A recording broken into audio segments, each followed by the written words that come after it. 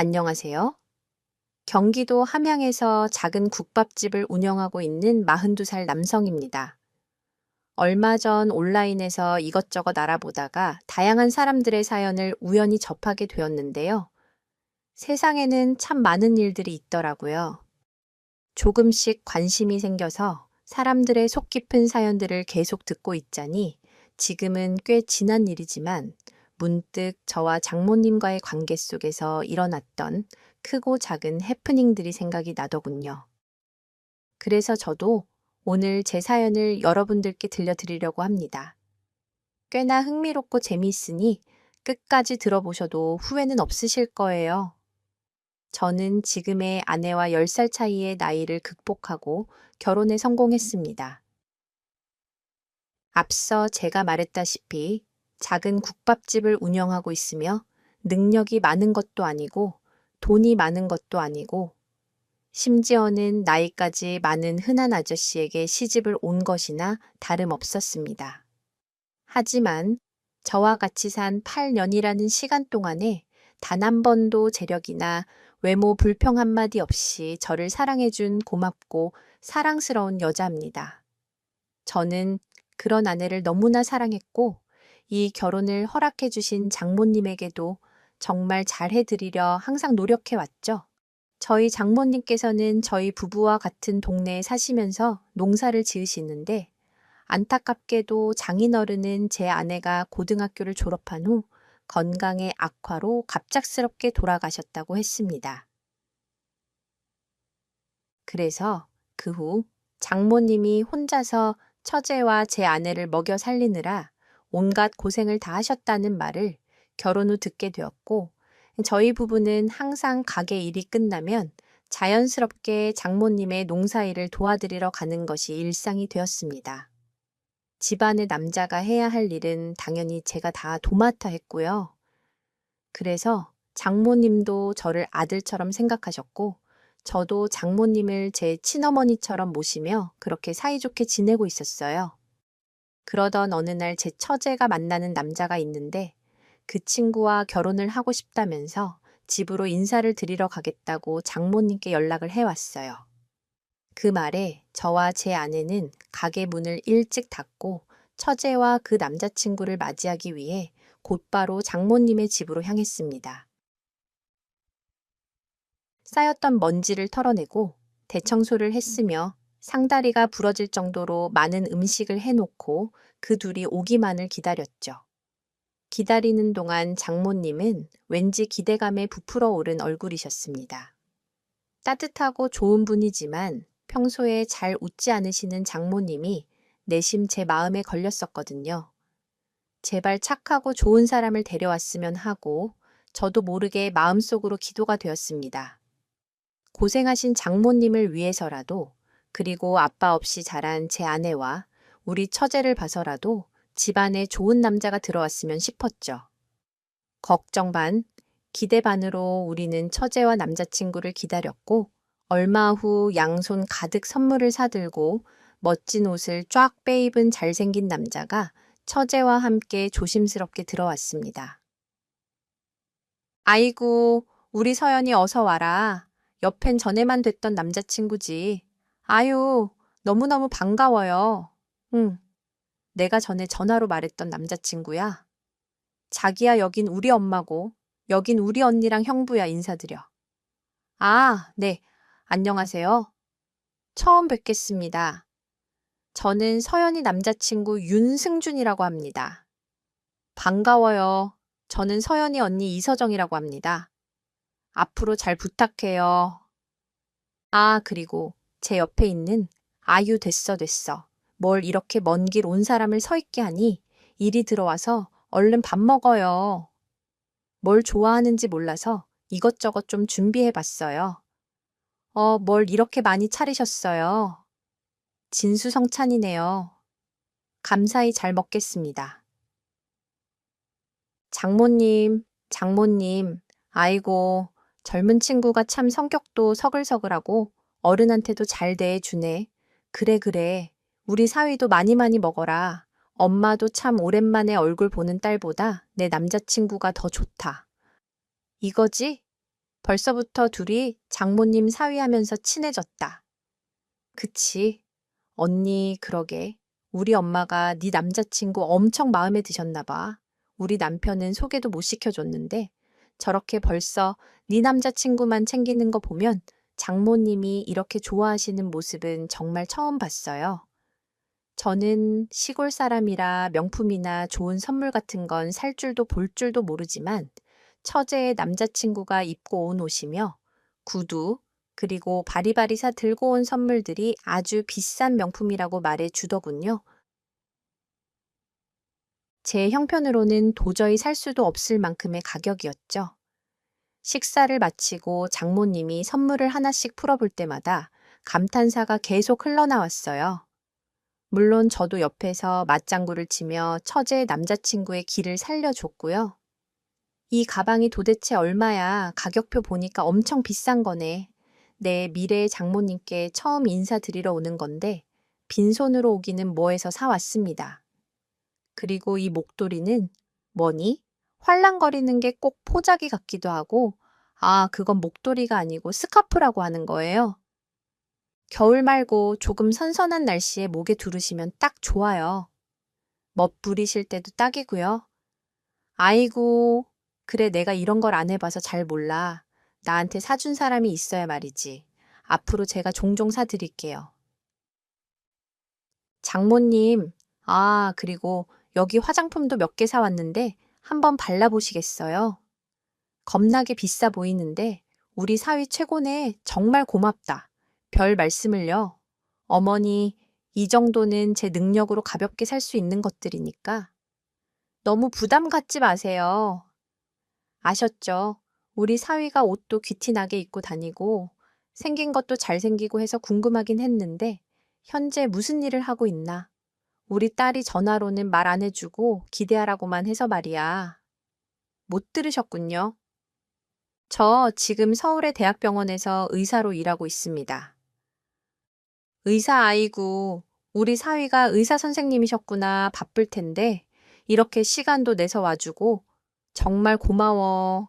우리 서연이 잘 부탁해요. 정말로 우리 집에 경사가 났네. 경사가. 아이고, 무슨 경사까지. 앞으로 제가 남은 요도 전부 하겠습니다. 장모님, 말만 들어도 죽어도 여한이 없을 만큼 행복하네. 우리 세연이가 이렇게 착하고 능력도 많은 남자를 만나고 있었다니. 장하다. 우리 딸 그날의 분위기는 잔칫집이었어요. 물론 저는 거의 아무 말 없이 옆에 있었던 게 전부지만 처제가 좋은 남자를 만났다는 게 기쁘기도 하면서 한편으로는 눈치도 보이고 제 아내에게도 미안한 마음이 들었습니다. 돈을 잘 버는 것도 시간적 여유가 있는 것도 아니라서 그동안에 좋은 곳에 여행 한번 제대로 보내주지 못했고 고생하신 장모님에게도 좋은 선물 하나 제대로 해드린 것이 없었기 때문이죠. 씁쓸한 제 표정을 보고 아내는 살포시 손을 잡아주며 미소를 짓더군요. 그 옆에서 제 아들도 엄마의 손을 잡으며 저를 올려다보고 있었어요. 그래, 나에게는 착하고 예쁜 아내와 천사 같은 아들이 있어.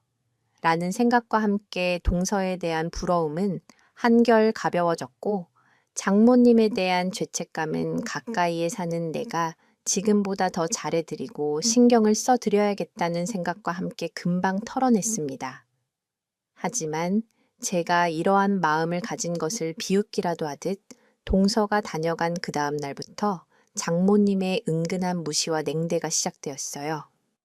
장모님, 오늘 가게 문을 조금 일찍 닫고 왔어요. 밭에 비닐 쉬어야 한다고 하셔서요. 허리 아프시니까 저기 그늘에서 좀 쉬세요. 제가 갈게요. 그래, 그럼 부탁 좀 할게. 그런데 자네는 아니다. 됐네. 네, 어려워하지 말고 말씀하세요. 장모님, 내가 이런 말 안 하려고 했는데 자네는 옷이 그런 거 밖에 없나? 아, 옷이 집에 있긴 한데 일할 땐 굳이 차려입고 하지 않아요. 국물도 튀고 기름도 튀고 어차피 더러워지니까요. 그런데 왜 그러세요? 장모님, 자네는 우리 둘째. 사위 될 사람 보기에 창피하지도 않았나. 어제 자네가 그렇게 입고 우리 서연이랑 사위 마주했을 때 내가 다 창피해서 얼굴을 못 들겠던데 그러셨어요. 죄송합니다. 일 끝나고 와서 청소하고 음식 준비하느라 저한테는 신경을 못 썼어요. 다음에 처제 올 땐 깔끔하게 차려입고 오도록 하겠습니다. 누가 그런 날에만 차려입으래. 자네는 우리 딸 보기에 미안하지도 않아. 호강 못 시켜주면 자기 관리라도 해서 주변 사람들이 뒷말은 안 나오게 해야 할 거 아냐. 나이도 10살이나 어린 여자가 데려가 살면서 고생이란 고생은 다 시키고 말이야. 우리 서정이가 착해서 망정이지 다른 여자들 같으면 국물도 없어. 알아. 의잉 죄송합니다. 장모님, 서정이한테는 항상 고맙고 미안하게 생각하고 있어요. 앞으로는 잘 챙겨 입고 동네 사람들이 수군거리는 일 없도록 하겠습니다. 정말 죄송합니다. 됐고, 해 떨어지겠다. 일이나 해. 예, 좀 쉬고 계세요. 장모님, 평소와는 전혀 다른 장모님의 말투와 태도에 저는 당황스러웠고 제 외모와 지금 하는 일에 대해 자신감이 떨어지면서 주눅이 들기 시작했습니다. 다음 날부터 옷을 단정하게 챙겨 입고 결혼 전 선물로 받고서 한 번도 쓰지 않은 향수를 옷장에서 꺼내 한바탕 뿌리고 다녔죠. 그 때문에 식당에서 음식을 시켜 먹는 사람들이 향수 냄새가 너무 독해서 어지럽다거나 반찬의 냄새가 배서 못 먹겠다던 사람들도 있었어요. 물론 과하게 뿌려댄 제 잘못이었죠. 게다가 깨끗한 외출용 옷에는 혹여나 국물 튀일까? 봐, 조심조심하다가 미끄러져 그릇을 깨먹고 실수를 저지르기 일쑤였어요. 하루 종일 정신없이 우왕좌왕하는 제 모습을 보고 퇴근 후 와이프가 조심스럽게 말을 꺼내더군요. 여보, 오늘 너무 고생했어. 그런데 실수를 너무 많이 하던데 컨디션이 별로 안 좋았어. 표정도 별로 안 좋아 보이던데 아니야. 미안해. 여보 괜히 신경 쓰이게 해서 난 그냥 당신한테 부끄러운 사람이 되기 싫어서 노력한 건데 괜히 더 주변 사람들한테 욕먹게 한 것 같네. 미안해. 아니야. 미안하긴 뭐가 미안해. 그냥 우리 동생 다녀간 이후로 당신도 그렇고 우리 엄마도 그렇고 사이가 예전 같지 않은 것 같기도 하고 특히 당신이 좀 부담 가는 것 같아서 말이야. 오해하지 말고 들어줘. 여보, 당신 혹시 우리 동생이 데려온 남자친구 때문에 눈치 보이는 일 있었어? 에이, 그런 거 아냐 생각해보니 당신은 아직 나보다 훨씬 젊고 능력도 없는 남편 옆에서 불평 하나 없이 나한테 잘해주니까 미안하기도 하고 고맙기도 해서 갑자기 신경 쓰고 다니려다 보니까 실수가 조금 있었을 뿐이야. 미안해. 여보 정말 별일 없는 거지. 나 실은 동생 인사드리러 왔을 때 당신 표정도 좀 안 좋고 우리 엄마가 은근히 당신 눈치 주는 것 같아서 조금 미안했거든. 아무 일 없으면 다행이지만 혹시나 마음 불편하고 속상한 일 있으면 나한테 바로 말해줘야 해. 알겠지? 그래, 알겠어. 고마워. 여보 당신밖에 없다. 피곤할 텐데. 어서. 자, 응. 알겠어. 당신들 생각 그만하고 푹. 자, 장모님 때문에 조금은 섭섭한 마음이 있었던 건 사실이지만 저를 위로해주고 사랑해주는 아내 덕분에 기분이 금방 풀렸습니다. 그래서 다음 주에 있을 농번기에 예비 동서와 처제가 일을 도와드리러 시골로 내려오면 농사일을 마치고 개인적으로 술자리를 가지면서 친분을 쌓을 계획이었습니다. 하지만 기대도 잠시 당일에 아무리 기다려도 처제와 동서는 오지 않았고 저는 장모님께 조심스럽게 여쭤봤습니다. 너무 덥다. 저기 장모님 처제랑 동서는 언제 도착한대요? 벌써 4시가 다 되어가는데 지금 무슨 소리를 하는 거야?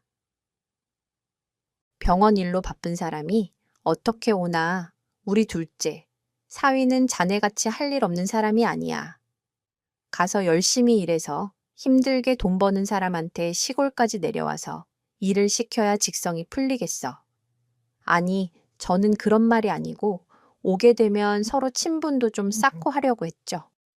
그리고 아무리 바빠도 지금 시기에 장모님 일 조금이라도 도와드리는 게 사위로서 자네가 지일도 제대로 없는 사람이면 당연한 거지만 우리 둘째 사위는 달라. 우리 딸 호강도 시켜주고 돈도 많이 벌어다 주는데 이런 굳은 일 시키고 싶지 않네. 그러니까 이런 일은 다 자네가 하는 게 당연하지. 저 장모님 제가 능력이 없어서 우리 서정이 호강도 못 시켜주고 돈 못 벌어 오는 것도 사실이지만 저희 서로 불만 없이 잘 살고 있습니다.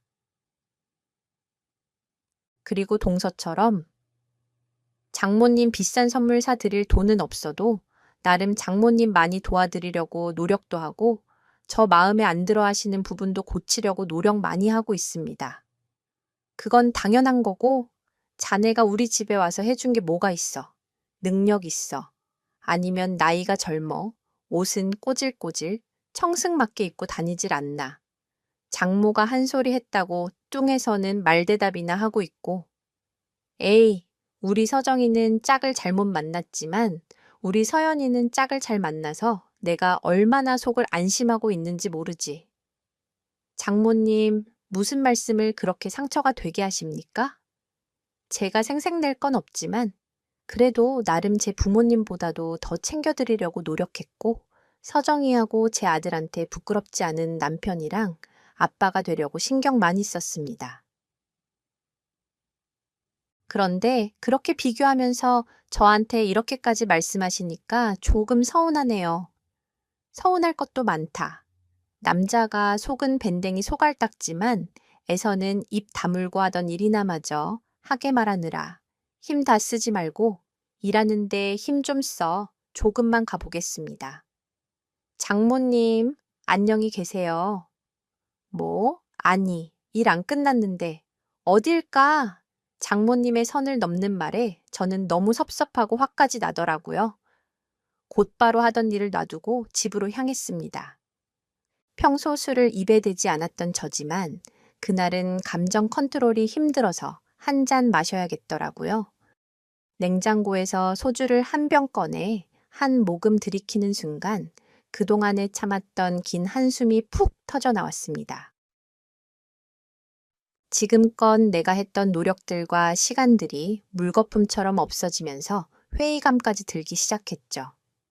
그 다음 날 저는 퇴근 후 장모님 밭으로 일을 도와드리러 가지 않았어요.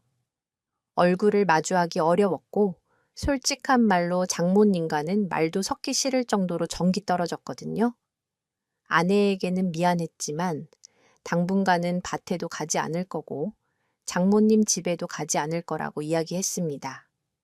조금 당황하는 듯 싶었던 아내는 이에 눈치를 챈 듯 별말은 하지 않았고 넘어진 김에 쉬어가랬다고 당분간은 퇴근 후 아들과 시간도 많이 보내면서 컨디션 회복도 할 겸 집에서 푹 쉬는 시간을 가지기로 했습니다.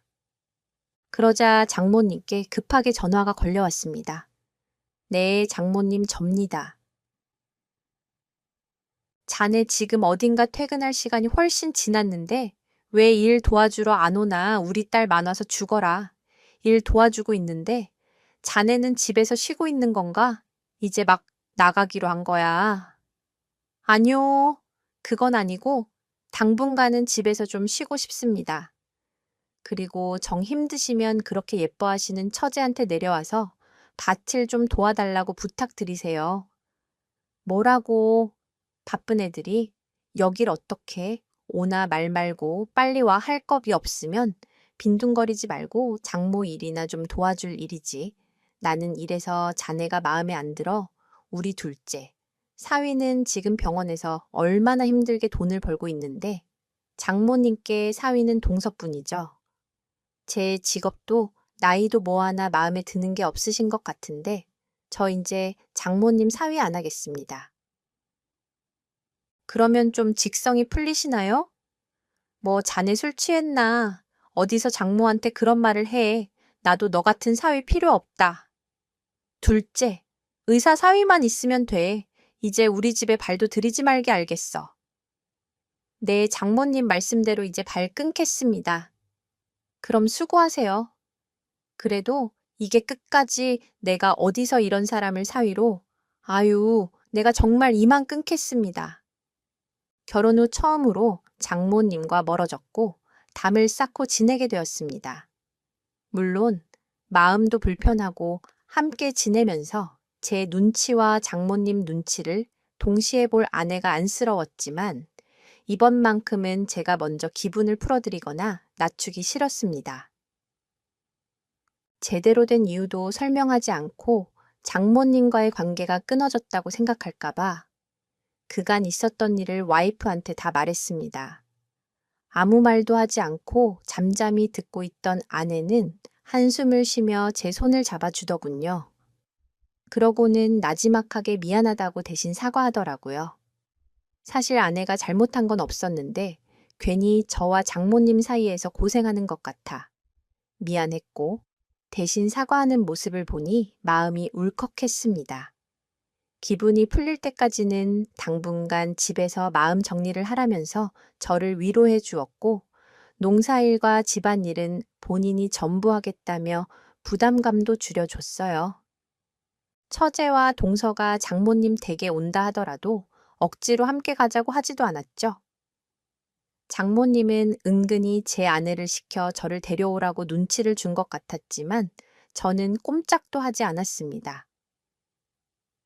그렇게 한 달에서 2달 정도의 시간이 흐르기까지 전 정말로 발길을 딱 끊고 그 어떠한 연락도 하지 않았어요.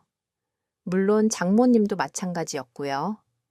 매제와 처제는 한 달 뒤 결혼을 하기로 했다는 소식도 아내를 통해서 전해 들었고 마냥 모른 척할 수만은 없어서 처제에게로 따로 전화를 걸어 축하 인사를 전했습니다. 네, 형부 오랜만이에요. 요즘 얼굴도 못 보고 이야기 대충 언니한테 들었는데 우리 엄마하고 그만 좀 풀어요. 못 이기는 척하고 먼저 사과도 해주시고요. 그 말 하려는 건 아니고 결혼하기로 했다면서 축하해. 얼굴도 못 보고 말해서. 미안해. 그나저나 결혼식 준비는 어떻게 하기로 했어? 집이랑은 보러 다니고 있는 거야. 네, 당연하죠. 지금 남자친구가 다니고 있는 병원 근처로 집 구하려고 계획 중이에요. 저는 부동산이고 집값 뭐 이런 거 잘 몰라서 그냥 남자친구한테 돈 다 맡기고 알아서 구해달라고 했어요. 돈을 다 맡기다니 처제가 모아둔 돈이 있었나. 아, 그게 엄마한테는 좀 미안하지만 혼수로 줄 돈이 당장에는 없어서 엄마가 농사 짓는 땅을 담보로 돈 좀 구했거든요. 그걸 했죠. 뭐 그래. 동서가 의사라면서 그렇게까지 해야 했나. 걔는 모아놓은 돈 없었대. 아직 결혼 전이라 그런지 저한테는 별 말은 안 해주더라고요. 그래도 뭐 어때요? 결혼만 하면 돈 관리고 뭐고 다 저한테 맡긴다고 했어요. 집 구하고 나서 바로 엄마한테 돈 갚으면 되니까. 상관없다고 엄마도 허락해 주셨어요. 뭐 그래. 아무튼 결혼 축하하고 준비 잘해. 오랜만에 통화를 하다 보니 저도 모르는 사이에 크고 작은 일들이 지나갔더라고요. 제 아내는 딱히 저한테 일부러 말하지 않은 것 같았어요. 그래도 소식을 들은 이상 모른 척할 수는 없어서 처제에게 개인적으로 결혼 준비에 보태 쓰도록 200만 원 정도를 보내주었습니다. 그렇게 모든 것이 알아서 잘 풀려가기를 바랬고 다시 전 제 일상에만 몰두했죠. 그러던 어느 날 담 쌓고 지내던 장모님께서 뜬금없이 연락이 왔습니다. 네, 여보세요? 나야. 잘 살고 있었지. 그동안에 계속 집에도 안 오고 전화도 안 하고 해서 걱정돼서 해봤네. 아, 네. 저는 잘 지내고 있었어요. 그보다 처제 결혼 소식 들었습니다. 따로 축하 인사는 했으니 그것 때문에 연락하신 거면 아이 아니야. 그것 때문이 아니야. 아이고, 내가 정말 살다 살다 이런 사기를 다 당하고 아유, 사기란요. 무슨 일 있으셨어요? 아니야. 전화로 할 이야기는 아니고 오늘 저녁에 우리 집에 좀 오게. 내가 꼭 할 말이 있어서. 그래, 어차피 할 일 없이 놀고 있잖아. 급하게 자네가 해야 할 일이 생겼어. 아뇨, 시간 없습니다. 퇴근 후에 바로 집에 갈 거예요. 할 말 있으시면 지금 하세요. 뭐 자네, 대체 왜? 그러나 남자가 왜 이렇게 속이 좁아? 그 정도 시간 지났으면 장모님 나이도 어린 제가 잘못했습니다. 하고 사과하면 좋잖아. 아유, 내가 정말 속이 터져서 원자네 정말로 우리 집에 안 올 건가? 우리 집안에 큰일이 났다는데. 네, 안 갈 겁니다. 할 말 다 끝나셨으면 이만 끊겠습니다. 들어가세요. 저는 그날 정말로 가게 퇴근 후 곧바로 집으로 향했습니다. 제 핸드폰으로 장모님께 몇 번 전화가 왔지만 일부러 받지 않았어요. 사기를 당했다는 말을 들으니 무슨 일인가 궁금하기도 하고 그것 때문에 제 아내가 혼자서 스트레스를 받진 않을까 싶어서 개인적으로 물어볼 생각이었거든요. 바로 해결해 줄 수는 없어도 속불이라도 들어줄까 싶어 소주를 몇 병 사 들고 집으로 갔더니 장모님이 거실에 떡하니 앉아 굳은 표정으로 저를 기다리고 계시더라고요. 아니, 자네 이제 내가 웃음나. 왜 이렇게 전화를 안 받아 정말로 영 끊자는 거야. 뭐야? 자기장 보라는 사람이 사기를 당해서 힘들다는 이야기를 듣고도 무시하는 버르장머리는 대체 어디서 배웠어? 흥, 오늘 제 와이프한테 물어보고 속 이야기 들려주려고 했습니다. 그리고 영 끊자고 저 같은 사위는 필요 없다고 하셨던 분이 이제 와서 갑자기 왜 그러세요? 그 말을 그대로 받아들이는 빙충이가 세상에 어디 있어 자네. 그렇게까지 생각 없는 사람이었나. 우리 딸한테 물어볼 거면 내 이야기나 좀 들어주지. 사람이 못됐어. 하여튼 엄마, 그만 좀 하세요. 대체 왜 그렇게 못 잡아먹어서 안달이세요?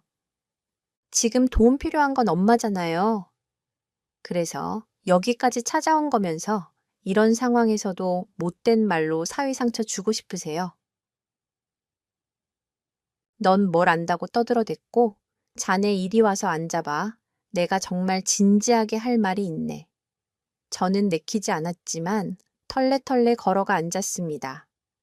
장모님과는 눈도 마주치지 않고 땅만 보면서 아무 말 없이 가만히 좀 있었죠.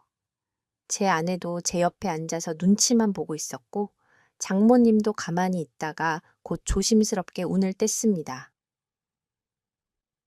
우리 서연이랑 결혼하기로 했던 그놈이 사실은 의사가 아니었다더라. 세상에 무슨 이런 일이 요즘에도 사칭하고 다니는 사람 있나. 어휴, 내 팔자야. 그놈이 우리 서연이한테 돈 구해 오라고 시켰다더라. 결혼할 사이인데 뭔들 못해줬겠니? 혼수할 돈도 당장에 없는 우리 집 형편상 따로 구할 곳도 없고 해서 땅 담보 잡아서 돈 구해다 줬더니 그거 홀랑받아 먹고서는 지금까지 연락이 안 된대.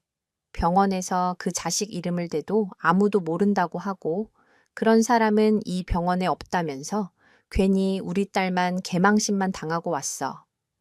아유, 정말 자네는 왜 아무 말이 없나 놀라지도 않고 자네 가족이 이런 큰일을 겪었는데도 별 생각이 안 들어. 전에 처제하고 연락하면서 땅 담보로 돈 구해줬다는 말은 들었어요. 그때부터 좀 이상하다 싶긴 했는데 막상 실제로 우려했던 일이 일어나니까 딱히 놀랍지는 않네요. 뭐라고 이렇게 태평하게 손 놓고 있을 때야. 뭐, 암튼 그래서 지금 경찰서에 신고는 해놓은 상태인데 자네가 좀 잡아줬으면 좋겠네. 우리가 뭐 할 줄 아는 것도 없고 여자들이 무슨 힘이 있어서 그런 놈을 잡겠나.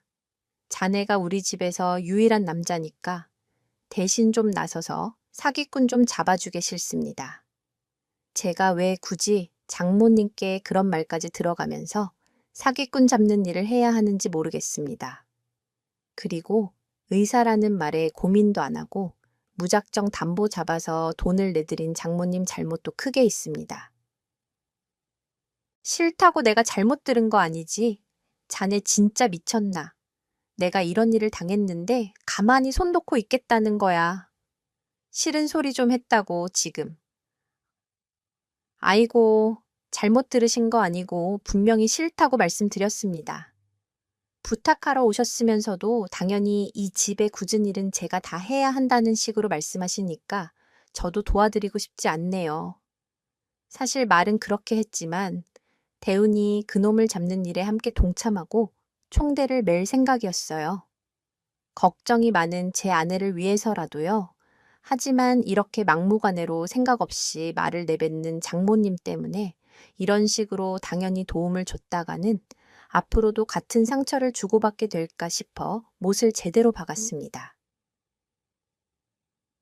단호하고 낮은 목소리로 흔들림 없이 거절하는 제 모습을 보고 장모님은 많이 당황하는 듯 보였고 저의 냉정한 태도에 발등에 불이 떨어지셨는지 말투와 자세가 바뀌기 시작했습니다.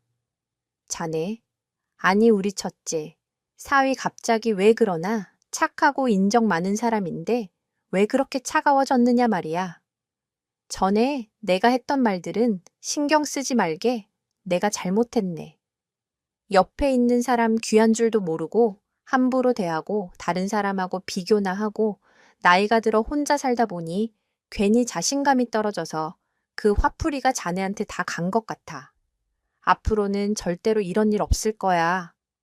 정말이야. 내가 약속할게. 그러니까 한 번만 용서해주게. 그리고 제발 나 좀 도와주게. 여보, 엄마가 이렇게까지 사과하고 부탁하시는데 생각 좀 다시 해주면 안 될까?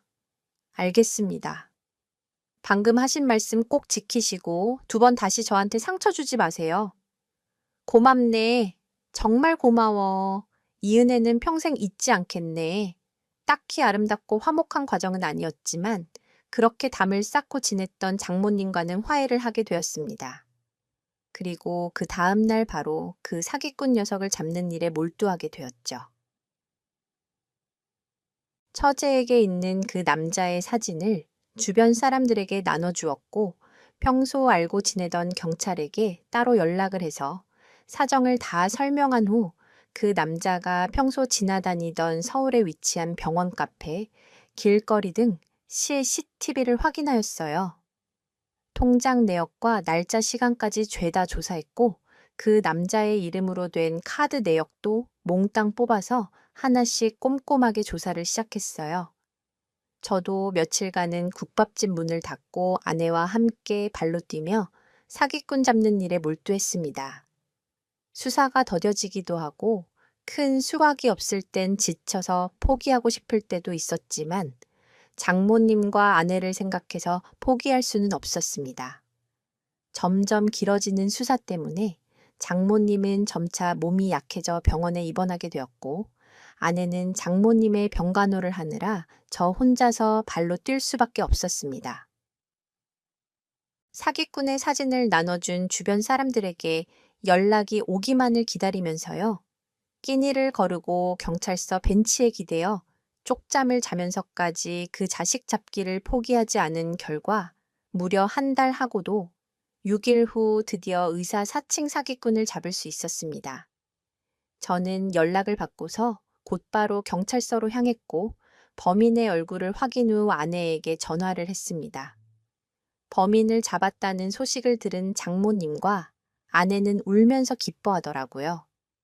당장 경찰서로 달려가겠다고 말하는 장모님을 진정시킨 후 알아서 해결한 후에 집에서 말씀드리겠다고 말렸습니다.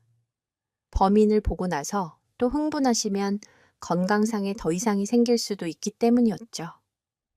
옆에서 이야기를 들어보니 의사 준비를 하던 중 계속되는 불합격에 반쯤 정신이 나간 이 남자가 의사를 사칭하며 자신의 망상으로 스트레스를 풀고 다녔던 겁니다. 의사라고 하니 여자들도 관심을 가져주고 주변의 친구들도 자기를 무시하는 일이 없어졌다면서 근 3년을 사칭을 하고 다녔다고 하더라고요. 그러다 처제를 만나서 돈을 다 뜯어낸 뒤 잠수를 타고 이제는 의사가 아닌 다른 직업을 사칭하면서 살아갈 계획을 짰다고 하더군요. 그런 말도 안 되는 이야기를 내뱉으면서 자기는 어쩔 수 없이 이런 일을 하게 되었다며 피해자 코스프레를 하는 이 사기꾼의 말에 저는 헛웃음이 터져 나왔고 그대로 있는 힘껏 그 자식의 뒤통수를 내리쳤습니다. 악 하는 소리와 함께 도끼 눈을 뜨며 저를 올려다보는 그 자식의 얼굴을 보니 정말 화가 머리끝까지 치밀어 오르더군요. 있는 욕 없는 욕, 온갖 그동안에 해보지 못한 욕을 한바탕 쏟아부었습니다. 이런 사기꾼 녀석 하나 때문에 소모한 에너지와 돈, 시간 등이 스쳐 지나가면서 더 저를 열받게 했죠. 너 이 새끼, 너 그런 말도 안 되는 이유로 이따위 짓거리를 하고 다니냐? 간덩이가 부었나? 뒤지려고. 너 우리 장모님 돈 어딨어? 어딨어 안 쓰고 그대로 다 통장에 있다고요. 그렇게 욕 안 하고 안 때려도 이미 여기 경찰 아저씨한테 다 말했거든요. 내가 뭘 그렇게 잘못했다고. 이렇게 지랄들이야. 야, 미쳤냐? 너 때문에 우리 장모님은 하루아침에 길바닥에 나앉을 뻔했어. 그래 놓고 네가 뭘 잘못했는지도 모른다는 게 말이 돼. 진짜 내 손에 먼지나게 맞아봐야 잘못했습니다. 말이 나오겠냐? 이걸 확 잘못했습니다. 형님 잘못했어요. 다신 안 그럴게요. 정말로 진심으로 사과드릴게요. 때리지 말아주세요. 꼭 쳐맞아야 말을 듣는구만. 자, 지금 동영상으로 찍을 테니까 당장 무릎 꿇고 사과해. 우리 장모님이랑 와이프 내 얼굴 보면 흥분해서 쓰러질까봐 내가 일부러 오지 말라고 했거든. 자, 잘못했습니다. 죄송합니다. 10번씩 말해. 똑바로 사과 안 하면 내 손에 죽는다. 아이 경찰 아저씨, 이렇게 사람 협박하고 동영상 찍어도 되는 거예요? 네, 좀 말려봐요. 무서워 죽겠다고요. 어딜 사기꾼이 피해자한테 큰 소리를 높여 닥치고 하라는 대로 해. 경찰은 가해자 편이 아니고 너 같은 놈들한테 피해 입은 시민들 편이야. 이 멍청한 놈아. 야, 나발 아프다. 빨리 사과하고 끝내자. 나머지 피해 보상금이나 네 처벌 건은 여기 계신 경찰 아저씨들이 알아서 다 해주실 거니까. 난 이 동영상만 찍고 집에 가서 밥 먹을 거야. 배고프니까 빨리빨리 좀 하자. 죄송합니다. 잘못했습니다. 죄송합니다. 아유, 내 팔자야 하필 이런 사람한테 걸려가지고 그렇게 모든 사건은 막을 내렸어요. 드라마처럼 수사가 빠르게 진행되거나 범인이 쉽게 잡히지는 않았습니다. 과정은 정말 너무너무 힘들었지만 그 모든 시간을 견뎌내고 노력하니까 결국엔 해결이 되더라고요. 장모님은 사기당한 돈을 모두 되찾을 수 있었고 처제도 이번 사건을 계기로 좀 더 신중하게 남자 보는 눈을 키우게 되었습니다. 얼굴이나 간판을 보지 않고 성품과 성실함을 보고서 새롭게 연애를 시작했죠. 이후 확실한 직업과 인격을 확인한 후에 결혼 약속을 하게 되었답니다. 착하고 순수한 외모의 7급 공무원이라고 하더군요. 직접 만나서 이야기를 나누어 보니 허세 없이 사람이 좋고 괜찮은 것 같았습니다. 저한테도 형님 형님 하면서 예의 있게 깍듯한 모습을 보였고요. 비싸고 좋은 선물 공세가 아닌 따뜻한 마음이 전해지는 행동과 말로 사람의 마음을 녹이는 재주도 가지고 있었죠. 모든 것이 잘 해결되고 좋은 쪽으로 일이 술술 잘 풀려가는 모습을 보고 기분이 좋았습니다. 하지만 그보다 더 좋았던 건 사기꾼을 잡은 그날 이후 거짓말처럼 달라진 장모님 태도였어요. 이렇게 일도 잘 해결되고 우리 서연이가 좋은 남자를 데려온 것도 다 우리 첫째. 사위 덕분이야. 고마워. 고생 많았네. 우리 사위. 와, 형님 장모님이 형님 굉장히 좋아하시네요. 부럽습니다. 장모님, 저도 여기 사위 되면 꼭 예뻐해 주셔야 해요. 형님만 너무 예뻐하시면 저 서운합니다. 아유, 당연히 우리 둘째. 사위도 너무너무 예쁘지. 그래도 나는 우리 첫째, 사위가 더 예뻐. 어유 엄마, 아무리 형부가 좋아도 그렇지 곧 예비 사위 될 사람 앞에서 너무 편애하는 거 아니야? 우리 자기도 서운해해. 알겠어. 우리 예비 사위도 우리 집 사람 되면 내가 공동으로 예뻐해 줄게. 알겠지? 하하하. 네, 알겠습니다. 꼭 공동으로 예뻐해 주셔야 합니다. 저희 가족들은 예전보다 더 화목해진 분위기가 되었고, 3년이나 지난 지금까지도 장모님은 저를 항상 1등으로 예뻐해 주고 계십니다. 이제는 저를 말로만이 아닌 진짜 친아들처럼 대해 주시고 계시고요. 저도 진짜 제 친어머니처럼 챙겨드리며 사랑하고 있습니다. 사기꾼에게 당한 그날의 사건이 모두에게 정말 두렵고 힘든 시간이긴 했지만 저는 개인적으로 정말 필요했던 사건이었다고 생각합니다. 그 일로 결국엔 가족들 간의 불화를 딛고 더욱 서로를 지켜주고 사랑하면서 화목하게 지낼 수 있게 되었으니까요. 다시 기억을 되살려 사연을 적다 보니 지금 가족들과의 관계가 새삼 감사하게 느껴지네요. 앞으로도 서로 이해하고 도와주면서 잘 살아가도록 노력할 거예요. 제 사연은 여기까지입니다. 처음 써보는 글이라 많이 서툴렀지만 끝까지 들어주셔서 정말 감사드립니다.